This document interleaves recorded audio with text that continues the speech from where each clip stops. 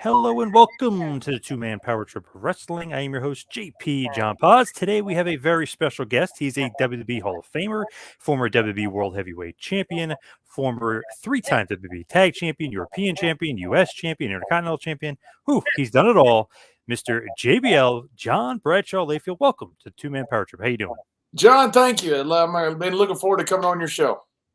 Great stuff. What have you been up to? What's going on in your world? I've worked in the last, say, 10 years with kids in poverty, and that's what I really enjoy doing. I still work for WWE part-time. I guess part-time is what you call it. I go in every other pay-per-view just about. Me and Jerry Lawler kind of switch out and do the pre-show. That's enough for me to get back and kind of tip my toe in the water. But the main thing I enjoy doing, I work with this wonderful group out of Memphis Inner City Rugby, that works with kids in at-risk, low-income areas, and they do wonderful things using sport as their primary carrot to get the kids in. They have a 100% graduation rate, 100% non-incarceration rate. 100% of kids are going somewhere after high school, either college, military, or trade school. They just do wonderful work. And I'm going to put on a golf tournament there this spring, which involves a lot of my time. That's what I enjoy doing. I've been to Malawi, Zimbabwe, the slums of India. I really enjoy working with kids that are disadvantaged because of where they were born. How'd you get started with that? How'd you get involved? 2010, I went to the Soccer Football World Cup down in Cape Town, and I met Nick Keller, who ran Beyond Sport, and he asked me to go visit a shanty town the next day and see this program called Mighty Milers that was using running to help kids get educated and get out of the shanty town and give them a chance in life and give them options. And I thought it was just fantastic. So when I went back to Bermuda, where I just started living, I set up the same type program, called it Beyond Rugby Bermuda. We used rugby as our sport, worked with at-risk single-parent kids mainly, and had really good success because it became a true island-wide initiative. And a lot of people, great people, really stepped up. And through that effort, I got to go do and visit a lot of different programs around the world. I really enjoy it. That's a little bit different than the heel JBL character. I mean, you're doing a lot of good stuff. Doesn't seem like JBL, you know what I mean? Who we saw on TV. I was down in Malawi, and I don't speak Sochi, and so I was trying to communicate with these kids. And in Africa, you have several countries that have different tribal languages, and so many different languages. I didn't do a good job of communicating. And finally, one of the kids said, Kofi? And I said, Kofi Kingston? And I'm in the middle of nowhere. 9% of the country has electricity.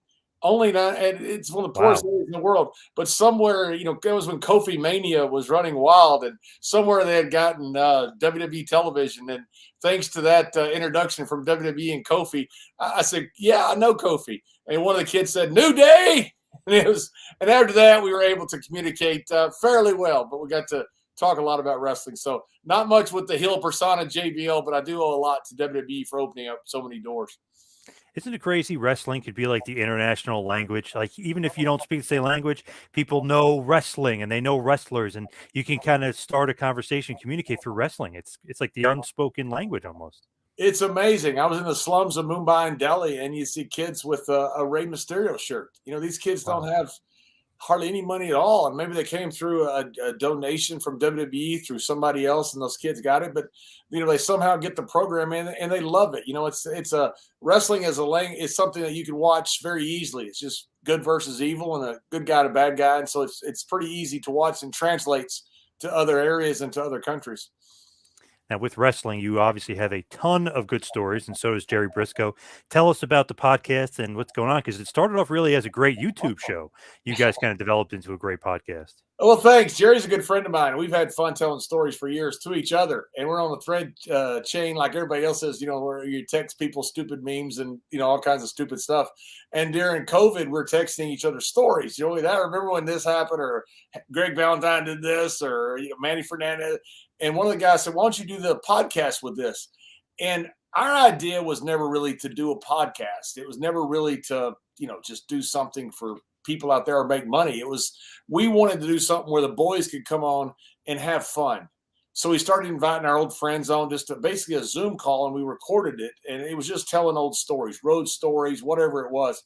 and it's kind of taken off. It's done really well. We've got picked up by several different platforms, and now Stories with Briscoe and Bradshaw is everywhere. It's a podcast, and I'm still not sure what that is, but we have a lot of fun.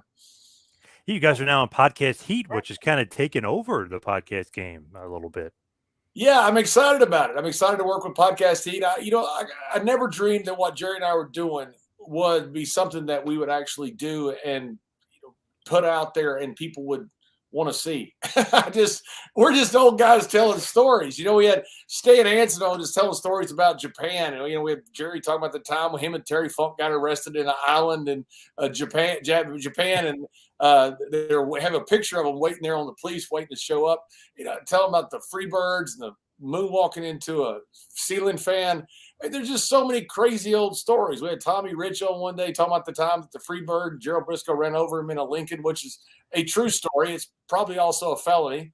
But guys, we just have fun telling stories. We don't try to bury anybody. We don't try to have a guy has an axe to grind. That our show's not the place to do it.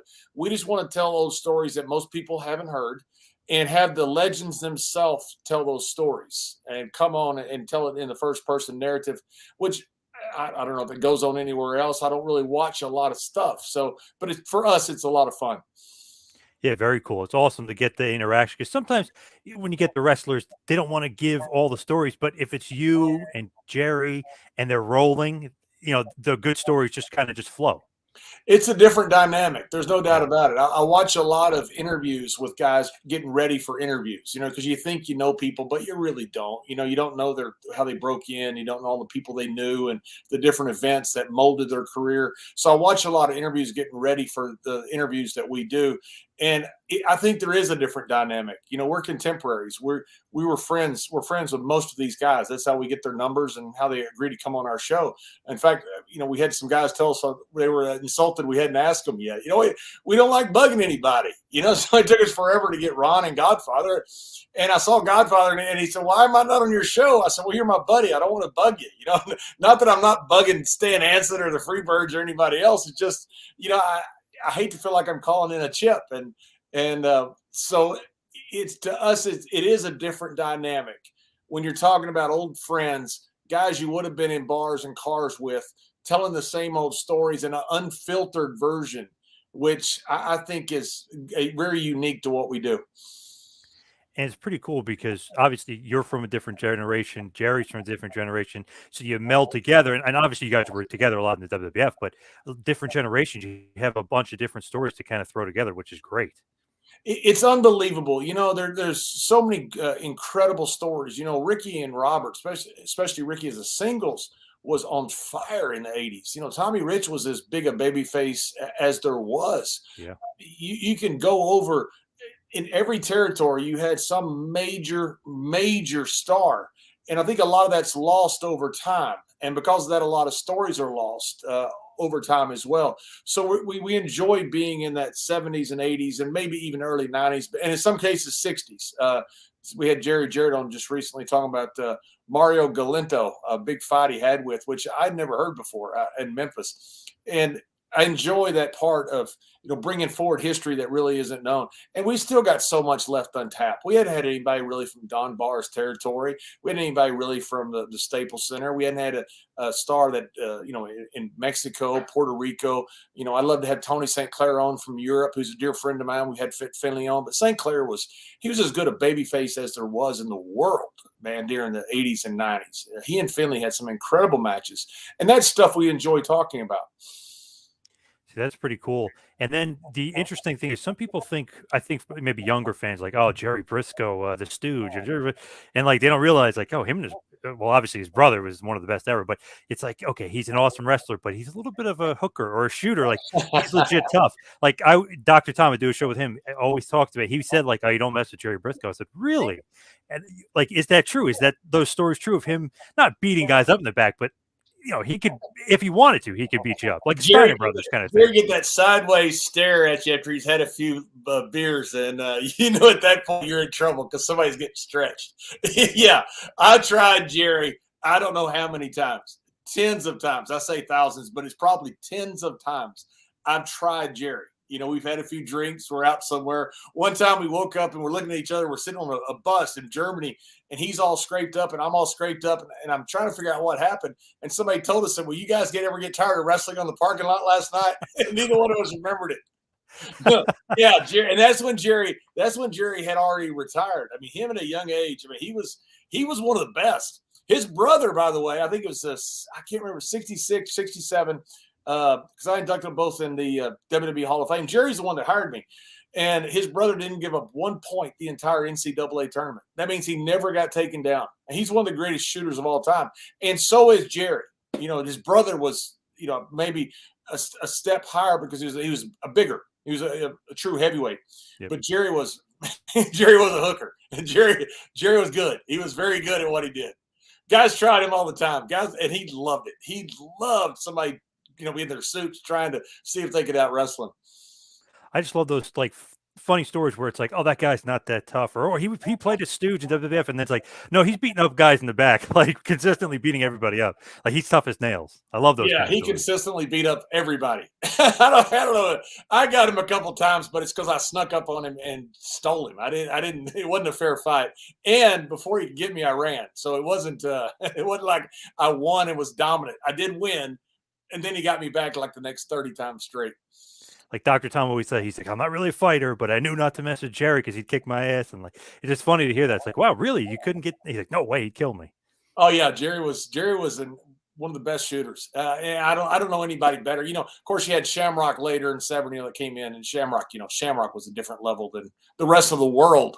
Right. He's the UFC champion. It'd have been great to see MMA back in the 60s and 70s and see Jack and Jerry in MMA. And try to compete and see how they do. And legend-wise, to say with guys like Ken Shamrock, who to me is one of the greatest, if not the greatest UFC champion of all time. If you have that strong wrestling base, that goes a long way. And obviously the Briscoes, of course, had such a strong wrestling base. I would have loved to seen that. And even Harley Race or something, like the guy that tough in MMA, it'd be interesting to see. Yeah, we had Ken Shamrock on our show, which is a real treat. It's just so much fun to hear it. Ken's one of the smartest guys as far as analytical fighting. He knew how to destroy the myth, as he said it, against Gracie. It was really interesting to hear him break that down. Jerry's the same way. He'll tell you how to break. That's one of the reasons I think he's such a great talent scout for WWE. He discovered so much of the talent that is out there today and has been out there the last, say, 20, 30 years because he's so analytical about it. He and Ken Shamrock are very similar in that respect. So Jerry's actually how you got hired from WWE? Like, how did that go? Like, how does he recruit you? Is he watching you in CWA and with Otto Vance? Does he see you in Texas? Like, where does he actually see you? He saw me with Savio Vega in Bethlehem, Pennsylvania. It was Bruce Pritchard and Pat Patterson somehow got a tape that I'd sent them a tape years before, and literally a couple years before, and somehow they got to it. And somebody told me, we were in Bremen, Germany. It was cold as it can be. I was working for Otto up there, and Otto and Peter both ran Bremen together. I think Peter ran Hanover by himself, and Otto ran Graz by himself, and then Peter and Otto both ran Vienna together. So we're at the end of the tour near the Christmas season, and I got to tell somebody told me, said, hey, the WWE is going to call you. And literally, it was on a payphone on a street in the middle of Germany. So I don't know how they got the number. I never did even ask. I just couldn't believe that they had found me somehow and wanted to talk to me. And it was Bruce Pritchard. He was there with Pat, and he said, we want you to come through and do a tryout match on the way through. And so I went to Philadelphia. It was snowing, and Tony Gurria threw me out of the back. He didn't think I was supposed to be there and literally threw me out. And I thought, okay, I'll just leave. I was going to WCW next. And it was snowing so bad I couldn't leave. The airport was closed. So I thought, well, I'll go ahead and go to Bethlehem. I went to Bethlehem, met Dutch Mantell, and he goes, well, I'll walk out with you. So he walked out with me, and literally Gerald Briscoe saw me for the first time in the ring with Savio Vega, went and got Vince McMahon. He goes, have you seen this kid they brought in from Europe? He said he's a big kid, played a little pro football, but trained by Brad Reingens. And he said, we need to sign him. And Vince said, we'll sign him. And that was it. Vince never saw me. Jerry saw me. It was just in a trial match, and Jerry pulled me aside and said, I want you to sign you. He and J.J. Dillon pulled me aside and said, we want to sign you. We understand you're going to WCW. And I said, yeah, I am. And they said, well, give us your word you won't go. And I said, well, you give me your word I have a contract. And Gerald said, yes. We shook hands, and Gerald and I have literally been really close friends ever since. That's great too, because to me, like if they see you, obviously good worker, but it's like he's young, but this guy is huge. Like, oh, Vince would love that guy. You always hear that, like, oh, this big guy, Vince loves big guys. I mean, you just kind of fit that mold. How many big guys from WWF at that point? You know, a little obviously around Oh, the same we time, had a but huge locker Duke room. the Dumpster Droese, Diesel, Yoko, Razor. I mean, all you guys were massive guys. Yeah, you had a really big roster. They got a huge roster now. I mean, you got like I was watching the Royal Rumble. They have not the Royal Rumble Survivor Series, and they've got like four giants. It's just Oh yeah, a unbelievable couple how of guys. big Yeah, these guys are again. But that's how our roster was back in the mid '90s. And I flew into Stanford. That's the first time I'd met Vince. He never saw me wrestle. Signed me basically, well, completely on Gerald Briscoe's word.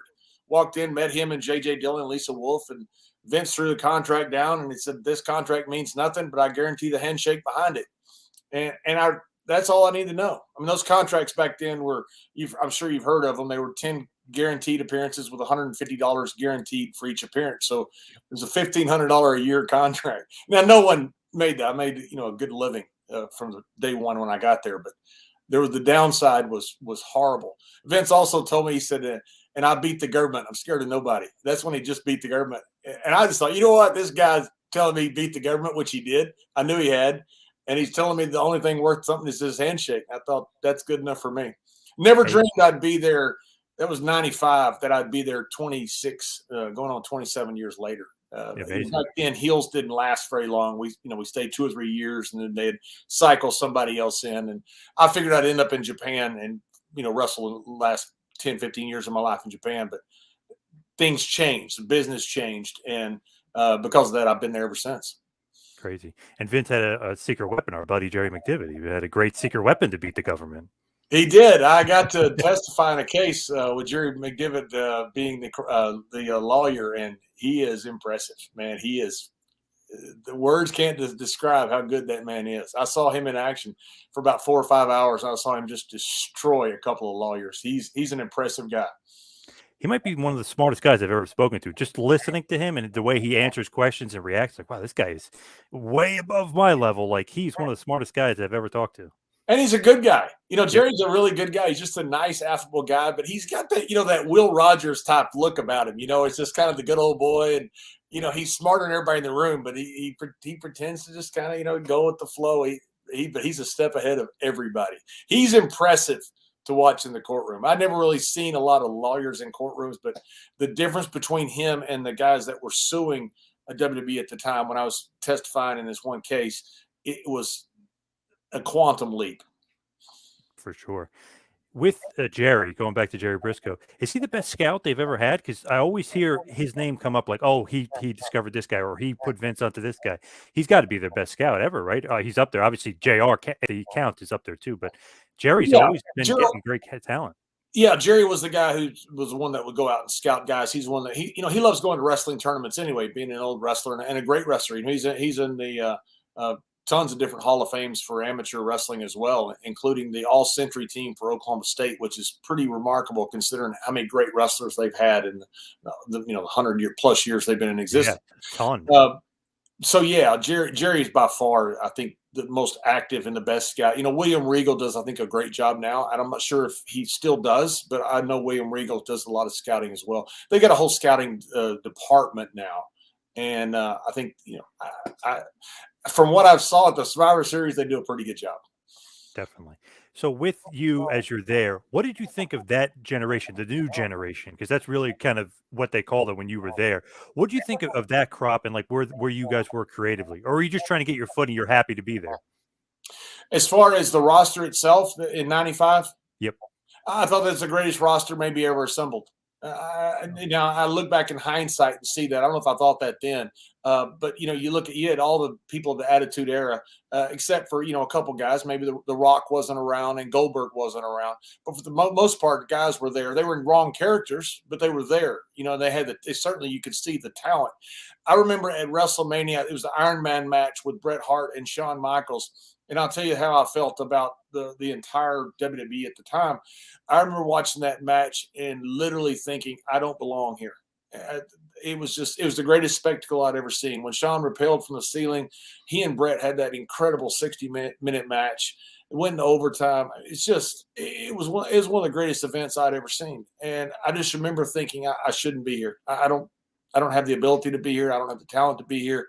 I need to go back to Japan and finish up my career. That's remember that was a very distinct memory. In fact, I can almost feel it today from when I was sitting there at the Anaheim Palm watching that. You didn't say that to anybody else, though, did you? I didn't tell anybody because I still was getting paid. Actually, and I think it was the next night I had my first live Raw match with Undertaker, and I remember sitting out there and I was still thinking the same thing. And they used to use lighters, instead of the cell phones. All those lights come on, and Dutch Mantel looks around at me and he could tell I'm panicking, and and I'm not trying not to sell it, and he goes, "Just be aggressive, just be aggressive, just be aggressive." And the first thing I do is get the Undertaker in the corner, and I'm waffling him. I mean, just waffling him. One punch after another. And he looks up and he goes, "Do I owe you money?" And I didn't know it. Great. I've just made the top star mad. And now I'm really done. Of course, he was joking. Thank goodness. We had a good match thanks to him. And I got to stay for a while. They always say, locker room leader, but he's not like the over the head beat the guy with a hammer. Like, I'm the leader around here. He just has a presence about him. Is that basically the gist of it? He's the locker room leader, but he doesn't need to say he is. It's just the presence.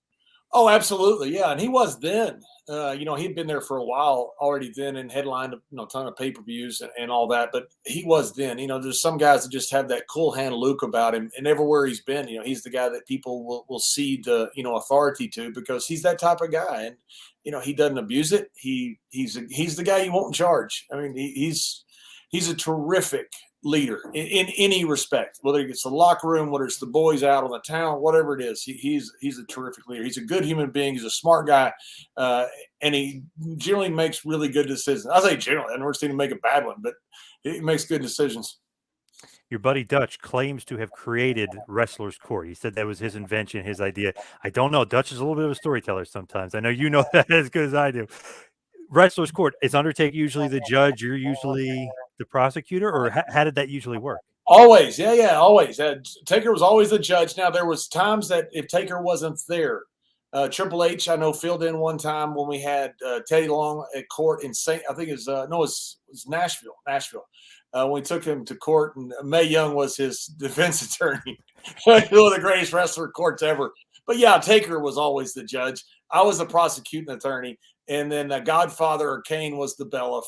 And then whoever was on trial would have to come up with some type of elaborate defense. They were always guilty because it was Wrestler's Court. I'm not going to take somebody to court that's not guilty. They say Taker's the hanging judge because he's always hung over. So, yeah, we had so much fun at Wrestler's Court. And the boys looked forward to it. It was something that for 2 or 3 weeks, the guys would look forward to.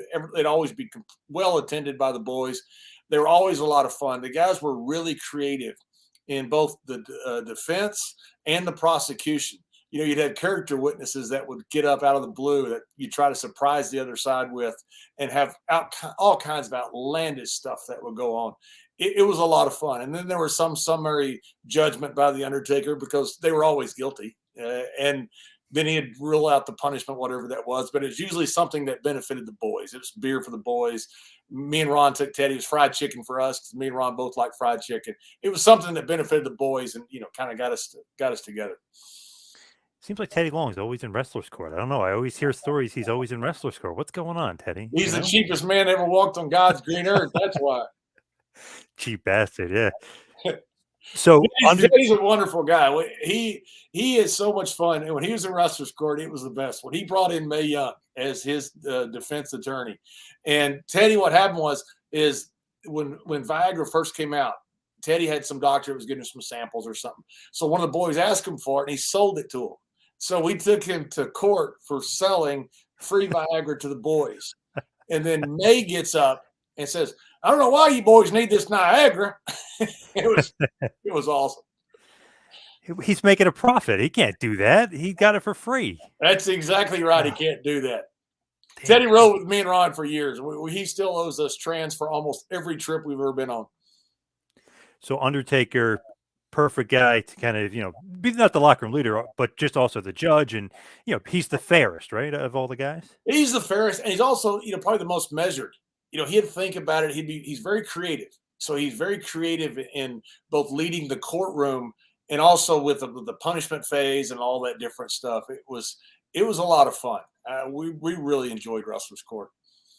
Are you surprised with Undertaker how, they did documentary on him? He was so quiet for all these years. I know obviously he's retired now, and that obviously he's probably like, "Oof, now I can stop playing the character. I can open up a little bit." Were you though surprised to see that because he was so guarded for so many years? He was so mysterious, to the I am, fans.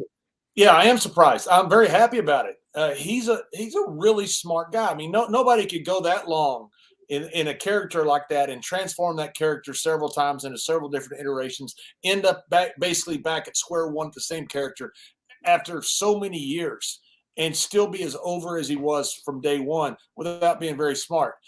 He's also a lot of fun. I've played golf with him a ton. I've gone out with him a ton. He's a good guy. And what I love about the fact is now people are starting to see what we knew all along.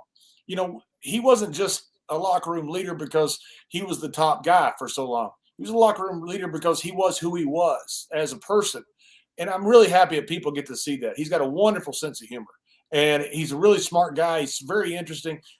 I'm glad that he's jumped out of that character and allowing people to see him for himself. And I'm sure he enjoys it, because he never got to do that. And that's a burden, to go do an interview and, okay, you got to stay in character. You can't be yourself. You can't be entertaining. If something funny pops into your head, you can't say it because that's not in character. Now I saw him with Kevin Hart doing something cold as balls or something. I just saw a clip of it just before I came on the show. It looked hilarious, and good for him that he's getting to do that. Yeah, it was like during the pandemic, you had the Last Dance with the Bulls and the Last Ride with the Undertaker, both done so well. But it was like, wow, it's such a cool experience to, we didn't really know. I mean, we saw the Bulls, but to get that backstage presence with it, but then to really get behind the scenes with Undertaker, who never did interviews and stuff before, that was so fascinating. Great job by WWE production. He told me a story one time. I've never heard it tell anybody else. He was, he never let anybody see him sell. No matter what happened. When he had the ear cut off in London and flew back. That's one of the reasons that he choked out Kurt Angle was because he didn't want to hold the boys up on the charter. So he waited till he came back to have surgery on his ear, which that's pretty cool to do. You wonder why a guy's the locker room leader. You lead by example. And that's when he was, messed up on pain and all kinds of stuff. He looks up and Vince and Kurt are wrestling and he grabs Kurt from behind. And, that's the famous story of him and Kurt Angle. But he told me a story one time.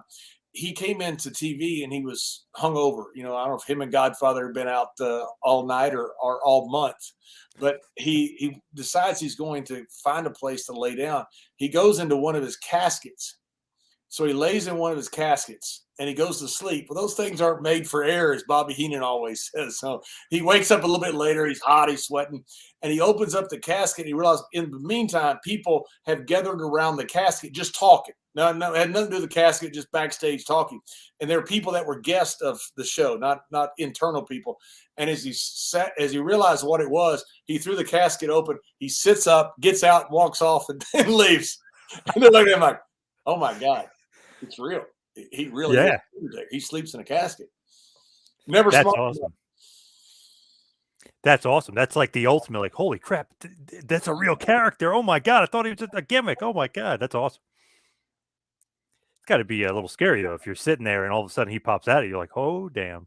I would think it would be. I've been in a couple of those caskets. I didn't do very well in casket matches, so I never enjoyed it. I wasn't claustrophobic. I was a little bit claustrophobic. I know I was a little more claustrophobic than I was worried about just the casket. The casket didn't bother me, but those things are not comfortable being inside them and locked. Yeah, I would imagine that's pretty scary. Like, oh my God, because you're not in control of how to open it, right? I mean, somebody else got to open it for you. That's right. Yeah. Most of them, they try to make it, where guys don't get too scared. But you never know. Back in the day, guys ribbed you all the time, so you never knew what was going to happen. I think it was the Brooklyn Brawler got locked in a bathroom one time for like 5 hours on a bus trip, and I think we're in the UK. You always went to the bathroom on the bus, and you'd stick your heel in the door where they couldn't close the door completely. Because if they did, they would duct tape it. They'd put, you'd be in there the rest of the trip, and that's what happened to Brawler. Yes. Oh my God. I always hear rib stories and different stuff. I think they're hilarious. I love stuff like that is great. You were a big ribber, or were you a part of doing some big ribs? Yeah, I enjoyed them. I loved them, and I didn't mind them being pulled on me. I enjoyed entertainment, and so I enjoyed the elaborate ribs. I didn't enjoy, I never wanted to want to, tear up a personal gear or something. I didn't think that was a rib. But the big ribs. I always enjoyed doing. We had big. I've told this story before. We had Big Show one time. We're overseas, and as he's coming out, it's me and Kurt Angle in the ring, and his music's playing, and in the middle of it's, "Hey, now I'm an all-star," and Kurt Angle says, "What is that?" I said, "That's Shrek's theme music." That's the kind of rib I loved. I enjoy. Yeah. I thought they were fun. It was fun to me. You always hear It stories wasn't of fun after guys. Big Show beat me up for the next 15 minutes, but it was fun. Oh, It yeah. was fun. It was fun when he got real mad, red faced. I was gonna say you always hear stories of just fun ribs. Like could be Owen and it could be Bulldog, like just fun stuff. But I always get a crack at it. Those things, just they're not really hurtful. They're just something funny to pass the time or to make everybody on a long tour, give everybody like a little pop or a smile for being on a long trip. Yeah, that's how guys got bored. We didn't have the internet, we didn't have cell phones, we had each other. And so we didn't get a call home very often. It was just us on the road, and you didn't have the proliferation of cable TV like you have now. And so when you got to the hotel, everything's pretty much dead. Sports games are over, and there's not much to watch, and so guys just were craving entertainment, and that's how a lot of those ribs started. I never enjoyed the ribs, and thankfully I never got it done to me. The cutting of the ponytails or the loss of the eyebrows, Yes. which I always figured they'd get me with the eyebrow, but nobody ever got me. So I was happy about that, and I wasn't one that would do that because I didn't want that done to me. Yeah, there's the infamous 1-2-3 Kid, his Hasbro figure. If you look at the cover, he has no eyebrows. Apparently, Mr. Perfect got to him before they did the shoot. Guys used to put Band-Aids over their eyebrows when they travel on long trips, so the guys would have to take the Band-Aids off to get to them. They figured they could wake up if that happened. It was a tough world back then. I mean, guys were always pulling all kinds of ribs. You name it, they would pull it. I did have gear missing several times. Bull rope be missing, and then I'd find it in the back with a rose on it. It's good. I mean, come on, stuff like that's not worth getting upset about. In Right. fact, I'd rather people be doing that than sitting on their phones doing nothing. It's amazing, with you, like you mentioned, how long you've been in WWE, really 20 plus years. You went from the new generation era to the attitude era where, you and the APA, acolytes first, but they put you and Ron Simmons together. What a change. Kiddie stuff, adult stuff, hard hitting. I mean, the attitude era, I mean, that's like my wheelhouse as far as just growing up being a fan in that era. Attitude era, you can't really beat it, but you had to be there. Yeah, you did. It was an incredible time. I really thought I'd missed the era of WWE when I got there. Just like I thought I'd missed it in Texas. I got to Texas after the Von Erichs had their incredible run, right? And we were still selling out Sportatorium, but mainly they're giving away free tickets, just to get beer and parking, and so payoffs weren't that good, and it wasn't the heyday anymore. It wasn't the heyday of Kerry and Kevin and the Freebirds. It was just kind of hanging on. And then I went to WWE, and I felt the same thing. I thought, man, I missed it all. This was after Hogan and WrestleMania 6 with the Warrior, and the Warrior had left, and business was terrible then. I mean, absolutely horrible. We couldn't give away tickets. And the guys that were on top then were on top later. So it wasn't them. It just everybody was in wrong characters, and the Attitude Era hadn't started. And then when that happened, it was an unbelievable time. Every building that we put Steve Austin's name on sold out. It was unreal. Now we had an incredible cast around him, from the Undertaker, and then just shortly after was The Rock, DX, the great tag teams. But it was an incredible era, and it was crazy television. It was whatever you wanted to say. I remember one time somebody asked, "Are we on delay?" And he said, "Yeah." And he said, "GD." This is like, you got to be kidding me. You don't even have to ask to clear that. I remember somebody used the F word one time when they said, "Are we on delay?" And you don't even have to clear that. I mean, it was crazy time. It was really fun television. It was the guys being incredibly entertaining and creative, but it's also creative pitching ideas and laying the groundwork for the guys. So it wasn't just the guys, coming out with incredible promos and different stuff. They were creative guys, but the creative at the time allowed them to be able to do that and set the table for them to be able to do that. It was an incredible time in wrestling history that I don't think will ever be replicated. And you had to be there. I hate people who go, oh, if you go back, it's not as good. No, you had to like live it and be in the place. I mean, I used to just go to random house shows with my buddy and they'd be sold out. We were just talking about the other day in Philly, random Sunday night heat taping. 20,000 people were there because Austin was in a dark match against Rock, Undertaker, Kane, and Boss Man was the referee. We had to go to see it, and there's 20,000 people sold out. I mean, you had to be there. We had on Sunday Night Heat one time, Tommy Blancha was the writer, and he was just incredible. He and Brian Gewirtz was a terrific writer, really creative guy. Tommy, though, did a lot of the Sunday Night Heats, and he would do a theme throughout the entire show. And we did a 4.1 one time when me and Ron, I think, were chasing Kai and Tai. A 4-1 on Sunday Night Heat. And it wasn't even a major show, not even close to a major show. You couldn't do that now on a major network. It's just a different time. Obviously, television is different. How you watch stuff is different. Social media didn't exist. The internet existed, but not in the form that we have it now. But what an incredible time to be able to draw that kind of ratings on a minor show. Crazy. Where did the APA come from? Because obviously you're the Acolytes. You're with the Ministry of Darkness with Undertaker, but then you become the APA, the Acolyte Protection Agency, and you and Ron are just like, scene stealers, killing it. It came from Vince McMahon seeing me and Ron drink some beers on my birthday. My birthday was, I don't know when this airs. My birthday is November 29th, so we taped this. Happy birthday, by the way. Thank you very much. And we were in not a double shot. We had a shot in Philadelphia, and then we're driving down to Baltimore. And I'm with Godfather and Ron as usual, and I think Teddy, either Teddy or Flash Funk. And we have a few drinks on the way down. It's my birthday. Everybody's celebrating, having a good time. And me and Ron get down to the bar. We rarely ever went to the TV hotel just because, it's not good form to go to the TV hotel. Too many people repeat things and things get blown out of context. So me and Ron usually always went somewhere else, but we didn't have anywhere else to go. We go to the TV hotel. The next day, Vince McMahon calls me in and says, I want to put that on television. And I said, put what on television? He goes, you and Ron. He goes, that's what guys do. He said, you're sitting around just having beers, telling stories, having a great time. He said, that's what guys do. And he said, I'm going to call it the Acolyte Protection Agency. People are going to hire you guys to beat up people for beer money. And that Vince came up with the whole idea. It was all him after seeing me and Ron on my birthday in Baltimore. That's awesome. And true to life then, you know what I mean?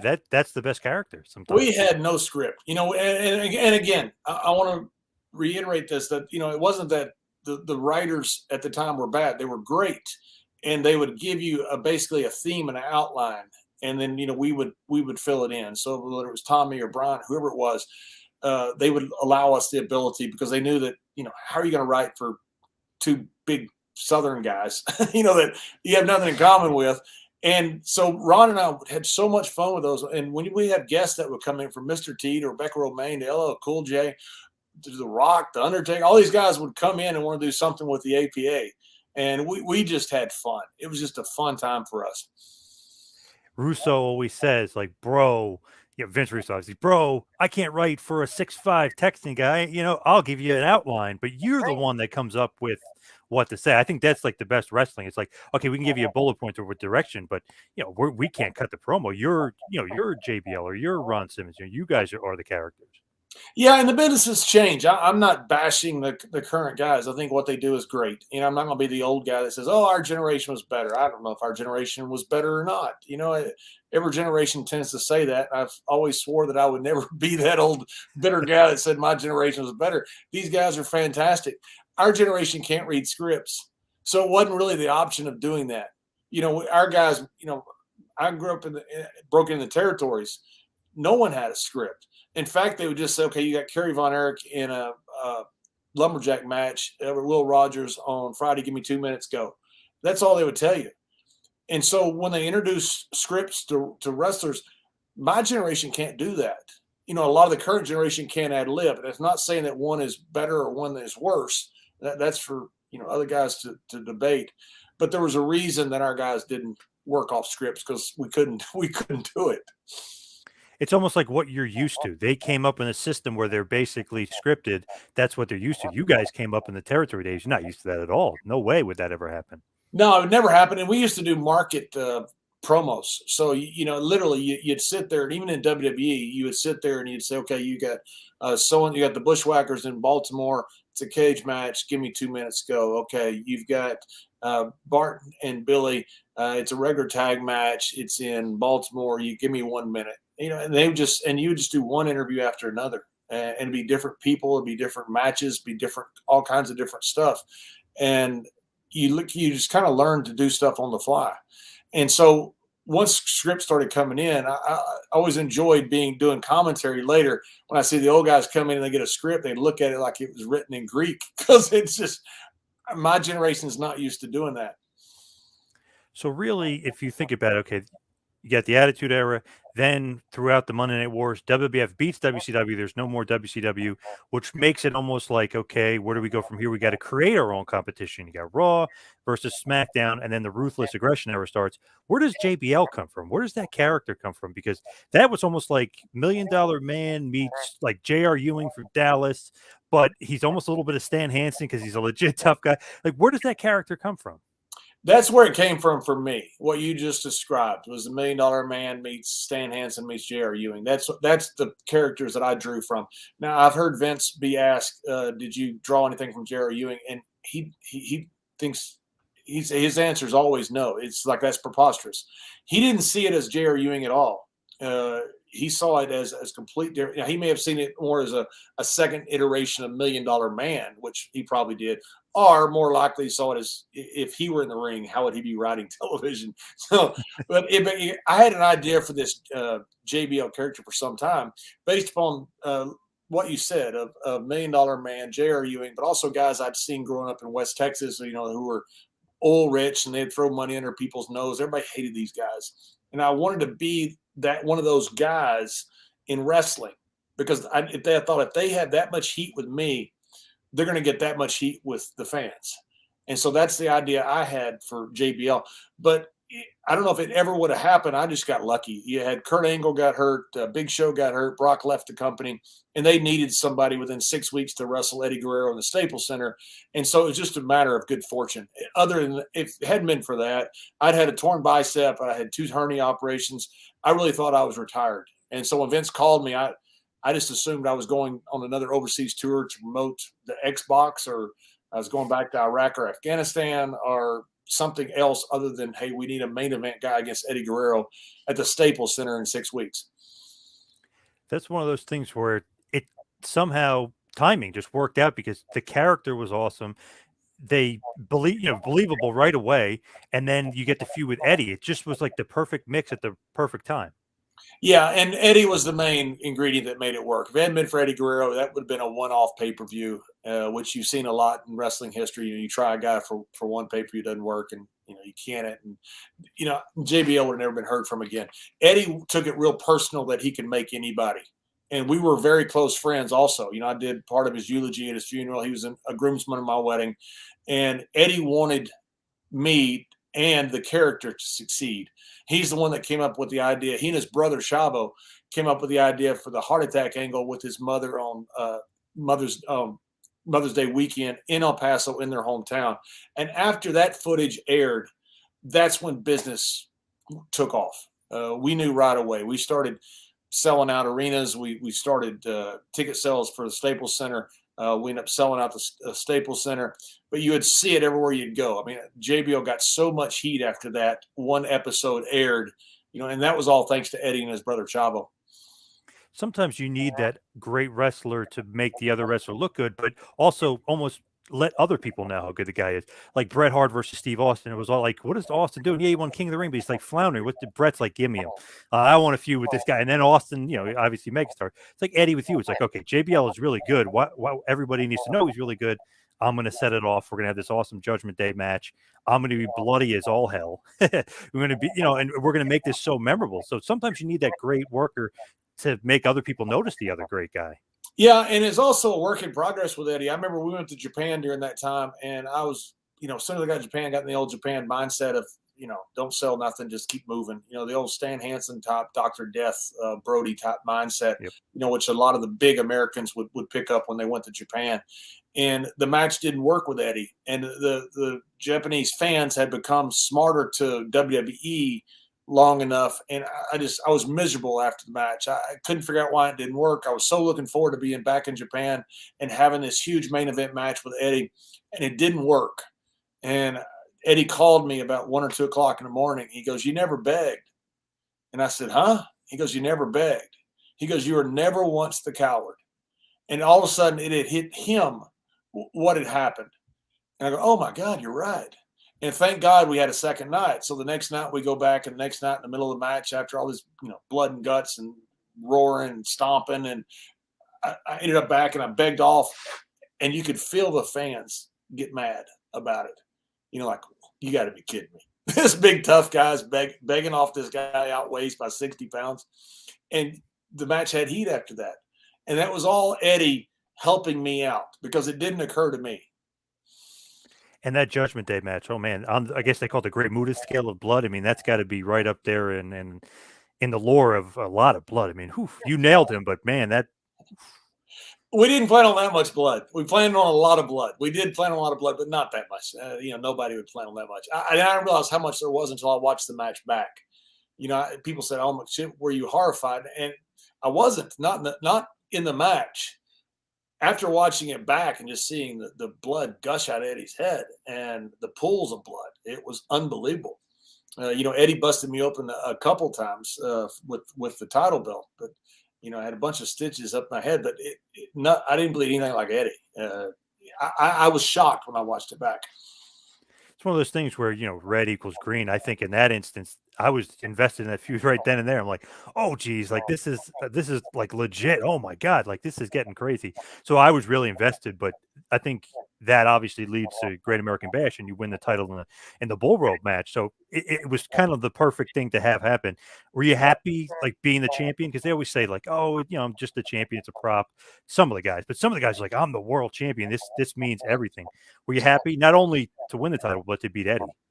Yeah, and the way I got it from Eddie, the first match at Judgment Day was, to me, that was what I was so proud of, because Pat Patterson came in and laid out the match for us, and I don't remember what he laid out. It was the same type idea. DQ, I think it was a DQ finish. Right. Pat laid out. It was DQ finish we did. I think Pat laid out a DQ finish, and as he walked out, I could tell Eddie didn't like something. So I said, "Eddie, what's wrong?" He goes, "I don't like it." And I said, "What don't you like?" He said, "I don't like any of it." And I said, "Any of it?" And he said, "No." And I could tell he was really unhappy. And so I went to Pat. I said, "Pat, I need to talk to you." I said, "Eddie didn't feel it." And he said, "Which part?" I said, "Any of it." I said, "He doesn't like any of it." And Pat looked at me. He goes, "John, I'm just trying to help." And he goes, "If you guys have been working something on the road and you guys think you have a better idea," and he said, if Eddie can do this, he said, "do what you think's best." We went out there without a finish. We went out there without one spot called. We went out there without anything. I mean, it was unbelievable. Wrestling Eddie couldn't go over match in the back. A lot of guys couldn't. But when he got out there, it was a feel. It was like when Shawn Michaels would come through that curtain, say in 96, 95, 97, right in that area. I mean, it was like an electric pulse went through the arena. Eddie was the same way. He would get out there, and all of a sudden, he backdropped me on the table, do this, do that. It's incredible what would come to his mind in that. He just had a feel for it. And so the one thing I'm most proud about was how we did it. We did it, I say our way, but we also did it mainly Eddie's way, because he had the one that not only had a vision that we could go out there and do something great, but also he had enough confidence to say to the office and to a guy who invented the Royal Rumble, "I don't like any of this." And that to me was incredible. And Pat Patterson, I mean, to his credit, and I love Pat and love him for this just as much. He said, "I trust you. Go out there and have a hell of a match." And so we did. And so when I got the championship, if I'd have got it younger in life, I'm not sure I would have appreciated it as much as I enjoyed it having it then.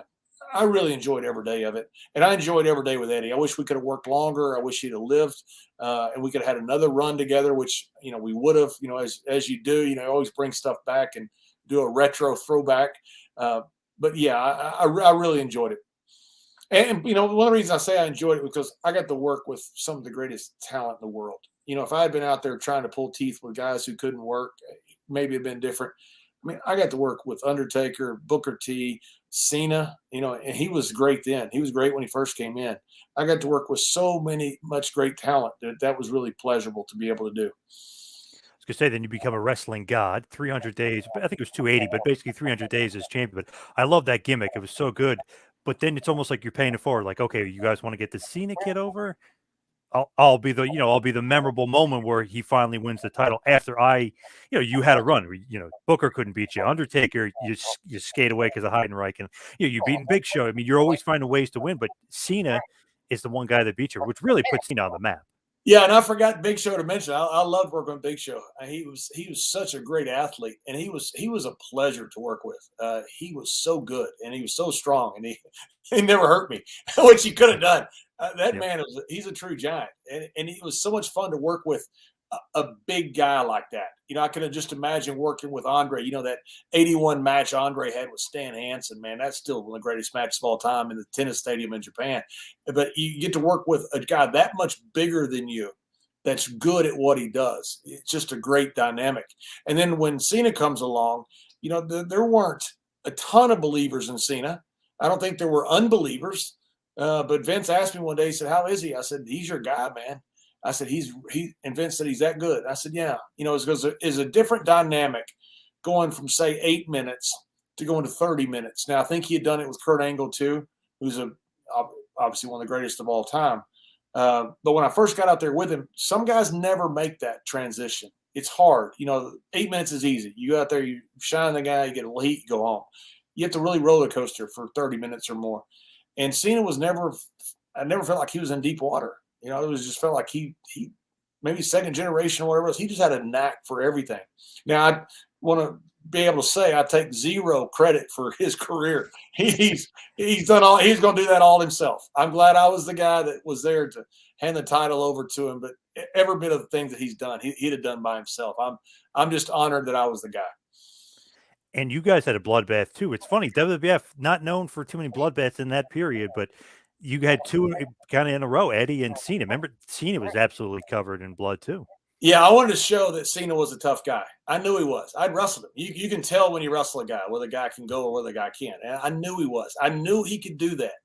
And, in WrestleMania, you're limited a lot of times, because if you don't have some type of gimmick match. And I wanted to show that Cena was a guy that could work and do the hardcore stuff, be the tough guy, do all kinds of things. And so I was really wanting that match to be as good as it was, the I Quit match. And I just thought John was magnificent. I thought he was just exactly what I knew that he would be. He was. And I was really proud of that match, that I was the one on the other side. Sometimes people forget the Moroccos that end up being splashed on by Jimmy Snuka, but that's okay. You're supposed to forget us. And again, I take no credit for what Cena did, but I was glad I was out there with him. That's so funny because Morocco, it's like he's always like, "I won that match," and everyone's like, "No, you didn't." He's like, "I won that match." I think I won the match with Eddie. Where Eddie splashed me off the cage too. Yeah, exactly. It's funny people remember that moment. It's like, wait, I won that. What? Eddie missed the mark by about 6 feet during practice, and like I say, Eddie was not a practice guy. Eddie missed the mark by about 6 feet. And they had a crash pad down. He had never obviously done a splash off the top of the cage. I mean, how many people have actually, much less practice one? And he goes, "I'm good." I go, "What do you mean you're good?" I said, "That would have killed me." I said, "That right there would have killed me, Eddie." And he just starts laughing. He goes, "Don't worry about it. I'll do it live." And I was like, "You got to be kidding me." And he landed it absolutely perfect. And if you'd have seen his rehearsal compared to the live, you would have looked at it and thought, "Why in the world are you dumb enough to lay there?" And I trust Eddie. Eddie says he can do it, and he did it, and he took wonderful care of me. His brother had actually told him to clasp his hands because it distributes some of the force, and because he's worried about breaking his arm because he'd done that before off of a frog splash. And so his brother did give him a little help, and he had a little extra padding, but I was still being the one that watching this. He was a big guy. Watching him come off that cage was not very pleasant. Yeah, it's got to be scary. I remember, yeah, his WWF really his re-debut, really, or I guess you could say his debut. He came down the 5-star frog splash, broke his arm. Yeah. Yeah, and his brother, I guess Hector, was the one that told him I think he told him to clasp his hands or something. He told him something different to do, and Eddie told me that. He goes, yeah, he goes, I feel pretty good about it because Hector, I think it was Hector, had told him that. Now, as we wind it down, head towards the finish here. I gotta know, what is the biggest misconception about JBL? Because you hear, obviously, your buddies with Blue Meanie, but you hear, oh, he's stiff Blue Meanie, and oh, he could beat up guys if he wanted to. But you always hear that about some of the guys, like the Steiner brothers or Bubba Ray Dudley. Like, oh, if they want to, they'll stiff you. They'll be a little rough. What is like the misconception? Would that be one of them, that you were like a little stiff with the guys when maybe it's more snug than stiff? Yeah, and I saw an interview somebody did that. Somebody said that I tried to hurt him one time, and 100% not true. I never, if you want to hurt somebody, it's real easy. They give you your body. You throw them on their head, you throw them on their shoulder or something. Working snug with them is not trying to hurt them. That's just working snug. And I don't know if it's a misconception, but I took it exactly like I gave it. When I broke in Texas, guys were, I mean, it was a freaking fist fight. When you're out there with the Von Erichs and Freebirds and Killer Tim Brooks and Murdoch and those guys, I mean, it was a fist fight, it felt like. Same when I went to Japan and then Europe. I came from very stiff, snug territories. And I worked very stiff and snug and, tried to never hurt anybody with a punch, with anything else. You can land a punch pretty hard as long as you miss the nose, the teeth, the eyes, stuff like that. But I took it the exact same way, and so did Ron. Dudleys are the perfect example. I mean, they beat the living hell out of us their first night in WWE. We beat the living hell out of them their turn, and we have shook hands. We've been good friends ever since. Guys work that way. Most guys during my era worked that way. Some didn't, and that's fine. Some guys didn't like that style. I have no idea how they work now. I watch them. Some of these kicks and some of these punches. I think, good Lord, man, I'm glad to be retired. But I took it exactly like I gave it. Never put my hands up on a chair. Just you know what? That's just part of the business. And you had Meanie on the show. I enjoyed the physical aspect of it. That was. I just felt like he worked. He come back, he got a few bumps and bruises. I felt like I'd done something. I felt like I'd worked hard for the fans. I had some matches. I remember with Chris Benoit. We were down in Mexico, and man, they were 30-minute brawls. I mean brawls. And he liked it. I liked it. And when we left, we felt like we gave their fans their money worth. And I was going to say, you just had Meanie on the show not that long ago on stories. You guys were talking about your history together, basically. Yeah. Meanie and I are friends. I tried to help him get booked in one of the Royal Rumbles, the one in Philadelphia. I don't remember the year. I'm bad with years. I don't think it's CTE, but when you wrestled for 20-something years, you get dates and towns and things wrong. We've been friends ever since. Shortly thereafter we made up and been friends ever since. So, what was the reason for the retirement? Did you just have too many injuries and it just piled up on you? You had to get out. Yeah, exactly. I would have never retired ever. I'd still be wrestling if I could. I loved it, and I broke my back in a match, and then that caused me because I was trying to compensate for the back. I had a couple of herniated discs in my lower back, and I just fell apart. I played football for a long time, and then I went straight into wrestling, and I wrestled a very physical style, and I wrestled in very physical places. Before I came to WWE and WWE style, and my body just gave out on me. I just had nothing left. And I would love to have wrestled another, how many ever years. I would have really enjoyed that. But then I realized I couldn't do much, and I thought I got to do the right thing. And that was very important to me, to do the right thing. And so the WrestleMania was coming up in Texas. The Von Erichs were going in the Hall of Fame. I thought this is a great time. And out of respect for both Ray and for Eddie, I chose Ray as my retirement match, and I couldn't do much more than 23 seconds. I mean, if they'd have said go 3 minutes, I don't know if I could have done it. I was physically a wreck, but I wanted to get out there and be able to do the things enough for Ray. I want to make him look, as good as possible. And so it was really an honor for me to be able to go out that way. I wanted to do the right thing and go out putting somebody over, because to me, that's how you do business. Absolutely, yes. Any regrets in the business? Anything you look back, maybe wish you did differently, wish you could have maybe happened in a different manner?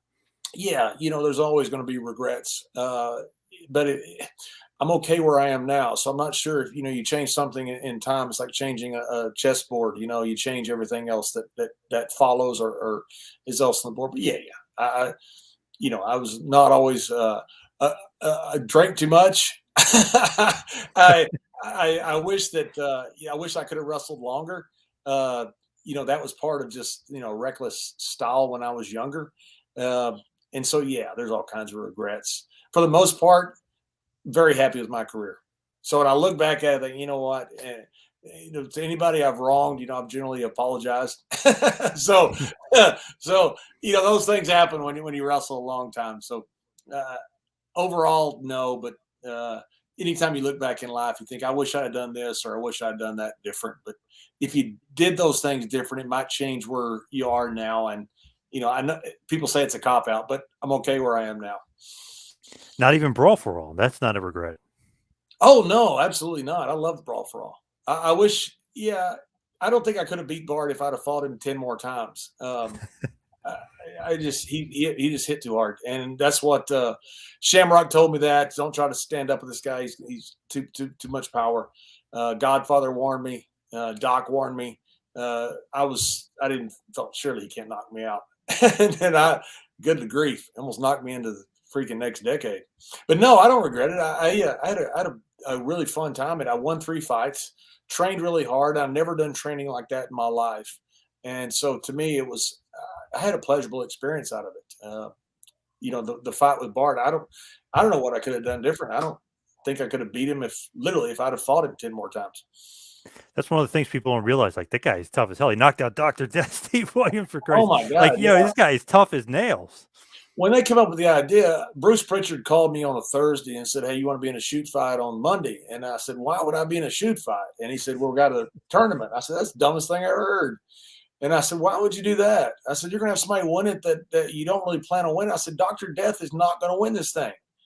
And he said, "Well, that's okay." And I said, "Look, Doc's older. Doc's had a ton of concussions. He's been knocked out several times. He's almost killed himself in Japan. Doc's not the same Doc he was 10 years ago. That'd have been Doc 10 years ago. Yeah, Doc probably wins it. Either, I don't know. There were some tough guys in the Yeah. brawl. But when I started training right away for it, and I enjoyed the training. I told Bruce, I said, by the way, I'm going to end up with Henry Godwin in the first match, aren't I? Because they wanted to see two big country boys. He goes, no, no, no. He goes, it's a shoot. Sure enough, I end up with Henry Godwin in the first match. Bruce to this day swears it was a shoot, but I have my doubts. Yeah, they definitely he set it up. Yeah, he set you up. Dr. Death too, though. They should did the UFC style so he can get the grip, to wrestle, rather than put Yeah, him in boxing gloves. I mean, yeah, that would have been different completely too. different. Yeah, And nobody knew Bart could hit like that. Bart hit like a heavyweight. I've talked to Butterbean about it since. Butterbean, told all of us afterwards. He went to the WrestleMania party afterwards. Said, "Hey, man, I've had 100 pro fights." He goes, "This guy was not going to hit me. If he'd have hit me, he could have hurt me, but he wasn't going to hit me. I'm a professional fighter." That was the difference between a really tough guy in Bart and a professional fighter. That's a quantum leap. yeah. Butterbean also said like he should have just went crazy and like went after. He was trying to actually box one of the greatest boxers ever, and boom, he just got knocked out. It was a mistake on his part. Maybe a mistake by WWF setting up that match because Butterbean fought Mero a year earlier, but it was there was a work. I mean, they didn't really kill each other, so they maybe should have. I don't know. Yeah, Not I think they thought they had a title that they could defend because they asked me before the championship match, would you fight either Butterbean or Tank? And I'd never owned a home before. I'd lived in different places around the world, and I was getting $5,000 every fight I won. And I got Bart and I were going to split $100,000 for the championship, 75 to the winner, 25 to the loser. I wanted to buy a home, and so I'm thinking, if I get by Bart, I got 75 grand plus 15 grand. I got 90 grand that'll pay for my entire house. It was $84,000, and then I can fight either Butterbean or Tank, and I'll get maybe another 100 grand. So I was thinking about the money, but plus I was thinking about this is pretty cool to try something that I'd never tried before. And I don't regret going out there against Bart. I worked incredibly hard. I trained my ass off for that fight. I would train in the Lions Den up in Dallas that Ken Shamrock set Yeah. up with Bob Mesger, 4-time kickboxing world champion. I loved every second of it. I tried hard and went out there against Bart, and I was completely overmatched and outgunned. I don't know if anything I would have done different would have changed that outcome, and I have no doubt that Butterbean would have had a very easy time with me. But So I would have enjoyed trying. I would have enjoyed the training for it. I would have enjoyed trying and trying to do something that I'd never done before. So what's like the legacy of JBL? I know you have the podcast now, which is great. You do a lot of great charity work. You were a great commentator, maybe the Jesse Ventura of your time. What's like the legacy and the wrestling career, obviously the legendary career. What's the legacy of JBL? I hope the legacy, I'm 55 and I just turned 55, and I hope that the legacy over the next however long I get to live. My parents have lived a long time, so by going by that, I might have a long life, and if I do, I hope it involves kids in poverty. I hope that when I'm dead at whatever age it is, if it's 85 or 90, if I'm fortunate enough to live that long, that people say, "Oh, he did a lot to change the dynamics and break generational cycles of kids in poverty and set a template," which is very important to me, to try to create a template that can be replicated around the world to break generational cycles, which is a thing that has to be broken in at-risk areas. And I really hope that's my legacy. As far as wrestling, I'm incredibly proud to have been in this business for so long and still be in it. Um, I just want to be known as a good heel. I worked hard, man. I loved it. Popper told me one day, he goes, "You know, the last two heels alive, kid." And obviously we weren't, but it was a very really nice compliment to have. I enjoyed it, man. I enjoyed my time in the sun, and that's what it was. And if people look back on that fondly and realize that I did a lot to put guys over, put the business over, and I worked very hard. I just want people to say, I worked my ass off every time I got in the ring, every single time, because I enjoyed it, and I thought people pay money and they deserve to be treated with respect, and that respect means that if you're tired or hungover or whatever else, you still got to go out there and give them what they deserve, and the fans deserve a lot. You think about it, a combination of DiBiase and Stan Hansen. I don't know if you can get better than that. I mean, that's an amazing combination of guys to throw out there. Well, I was with Ted one time. I always tell him I stole his gimmick, which he never denies. And then Alberto Del Rio was there as well. And I said, Yeah. 3 generations of stolen gimmicks. And we all got a kick. Still got a picture with me and Albert, Alberto, who I like very, very much. Alberto's such a fine guy. So respectful to both to me and to all the guys that came, from my generation, a little bit older than him. It was fun picture. So where can everybody see the charity work and maybe get involved and just give us all the plugs? Yeah, thank you. Memphis Inner City Rugby is the charity. You can look it up on the internet. MICR is what they go by in short. And tons of places to be able to donate. I'm going to do a golf tournament this year that's going to have a ton of opportunity to buy memorabilia, to buy merchandise. And they were graded. I'm part of it, but I say they because I don't do the hard work. Shane Young and Devin O'Brien and their incredible group of people do it. They were graded as best return on investment of any charity that one of those groups had looked at. They do wonderful work with their money and really change kids' lives and break generational cycles. And that's the main thing that I do with charity now. I still have interest in what Bubasi Pride is doing over in Malawi. They do incredible work. My friend Gareth Noakes is the CEO of that charity, and they just do incredible stuff. As far as the podcast, it's Stories with Briscoe and Bradshaw. We got a one in the can right now with Honky Tonk that's really good. We taped it yesterday, and it was a lot of fun talking. Wow, Honky Tonk. Haven't seen him in a while. Wow. He was awesome. I'm telling you, he was awesome. I'm not trying to hype up the show. He was awesome. He just had fun and laughed and told stories for about an hour and 45 minutes. And it was stuff that I guarantee most have never heard before. That is great. Where's your Twitter and everything else? JC Layfield is my Twitter. Instagram, I think it's John Bradshaw Layfield. And, I don't do a ton on it. I use it mainly for, promotion and hopefully some entertaining stuff. I try to never be negative. You know, it's hard sometimes when you got somebody that tells you you're an idiot and you suck, and so I just block them. I Yep. block a lot of people. Yes, smart move. But JBL, thank you so much for all the time today. Really appreciate it. It's been an honor. John, I've been looking forward to coming on your show. Thank you for having me.